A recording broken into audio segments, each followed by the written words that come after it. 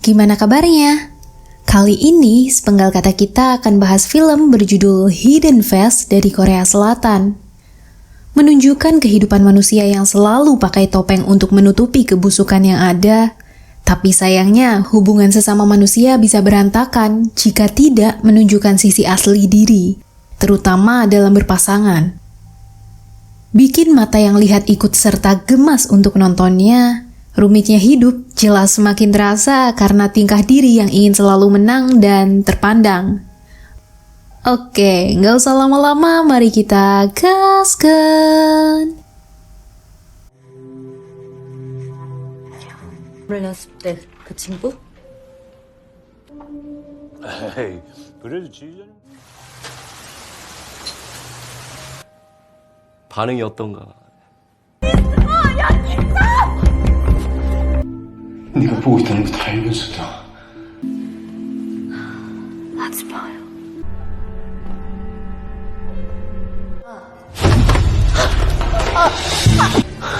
알아서 할게.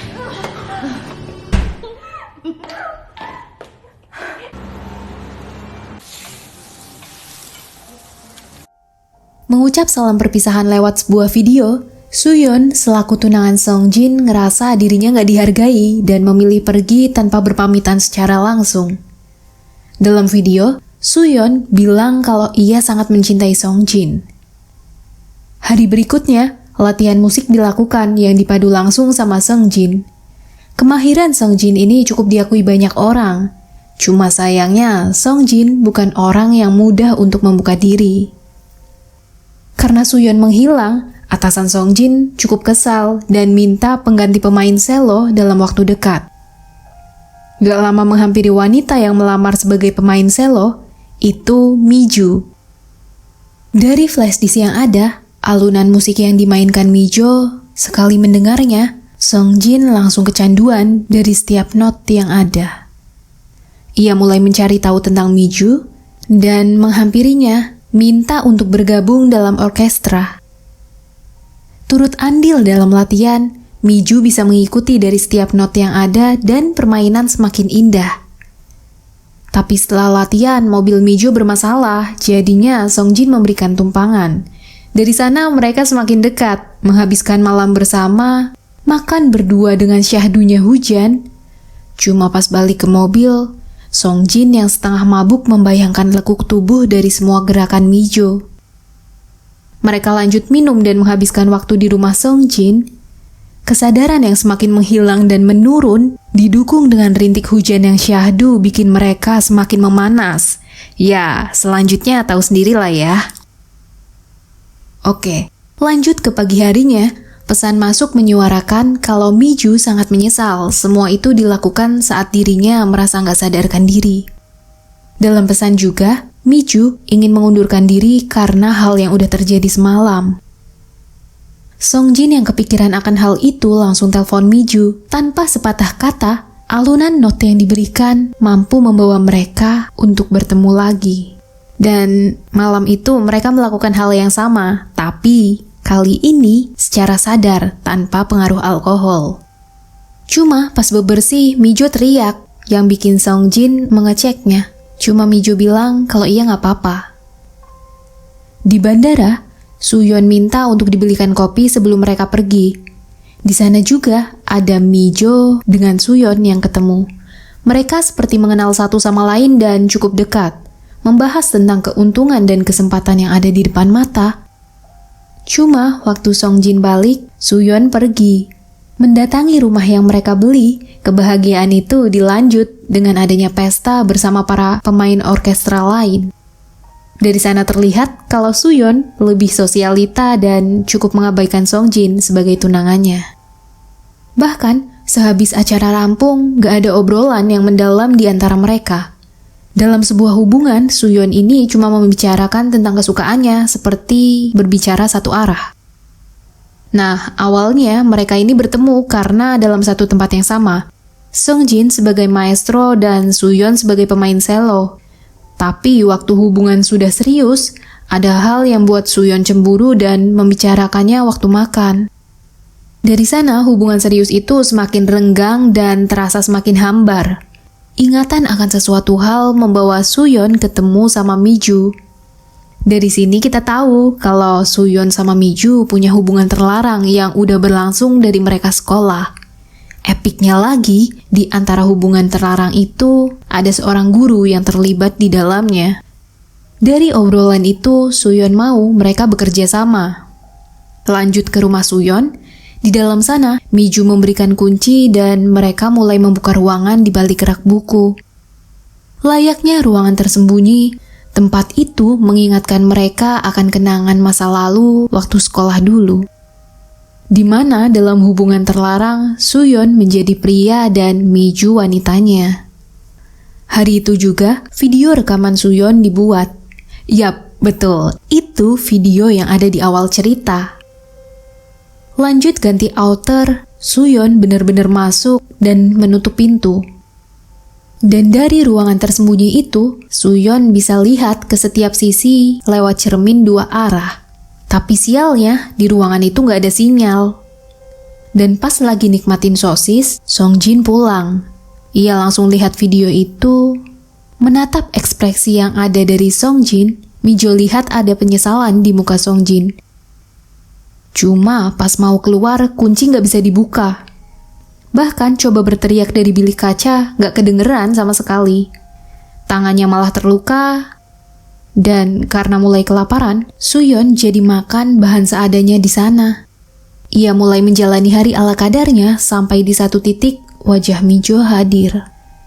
Dari semua pertanyaan dan pernyataan yang keluar, dibalas dengan gebrakan yang menimbulkan getaran pada tampungan air di wastafel.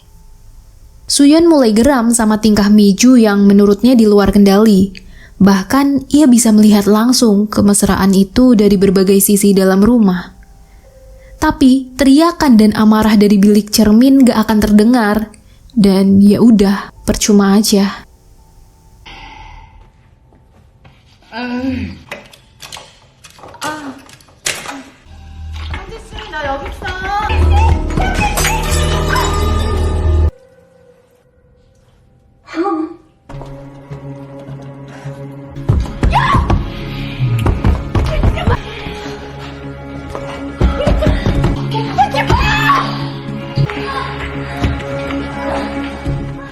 Flashback, jadi ceritanya, dulu itu Miju yang mencarikan rumah, di mana rumah itu mengingatkan masa muda mereka.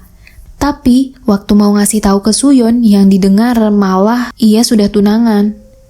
Dari hubungan terlarang yang cukup mendalam, bikin Miju lumayan berantakan. Hari-hari juga berlalu, bikin Suyeon gak bisa berbuat apa-apa lagi. Sampai di satu titik, Miju yang lagi bebersih setelah berhubungan sama Songjin, amarah yang ada gak sengaja mengeluarkan air panas. Dari sana, Suyeon paham kalau ia bisa mengontrol air lewat ruangan itu. Lewat kejadian itu, Songjin langsung panggil tukang. Suyeon juga berusaha untuk memberitahu keberadaannya. Cuma, dari kejadian itu bikin Songjin yang kritis cukup bertanya-tanya. Suyeon juga masih bertahan dari sisa makanan yang ada. Hujan kali itu, Mijo sama Songjin bertemu dalam satu meja. Lanjut ke rumah Mijo, hubungan mereka semakin dekat dan hangat. Yang mana Suyeon mulai kedinginan. Lalu, ada masa waktu atasan menyadari foto dengan sebuah tangan lain dalam cermin. Langsung bergegas pergi, Songjin masuk ke rumah Mijo tanpa izin, tapi kedatangannya langsung disambut. Songjin ini mengamati sekitar dan ia sadar wallpaper ponsel Mijo bersama dengan Suyeon. Sudah terlanjur kecewa, Songjin ngerasa ia dipermainkan. Songjin tahu ada hubungan spesial di antara Suyeon sama Mijo, dan Songjin mau tahu keberadaan tunangannya. Cuma Mijo bilang ia nggak tahu. Tapi Songjin mengancam akan melaporkan ke polisi yang nggak Mijo tanggapi. Sepulangnya, di wastafel, air nyala mati dengan sendirinya. Dari sana Songjin coba berdialog dan sadar kalau tunangannya ada di dalam cermin. Tapi waktu mau menghancurkan cermin, dia lihat dirinya sendiri yang mengerikan dan merasa gila karena mau merusak properti rumah. Mulai berdialog dengan diri sendiri, Kegilaan dan kewarasan diri menjadi pertanyaan untuk Song Jin. Kepergian tunangannya atau Suyeon cukup membuatnya terpukul. Bahkan, Song Jin meluapkan emosinya dengan berhubungan sama Mi-jo. Walaupun dirinya berantakan, ia tetap profesional dengan menjadi maestro semestinya untuk penampilan yang menawan. Dan penampilan kali itu juga dipuji sama atasannya.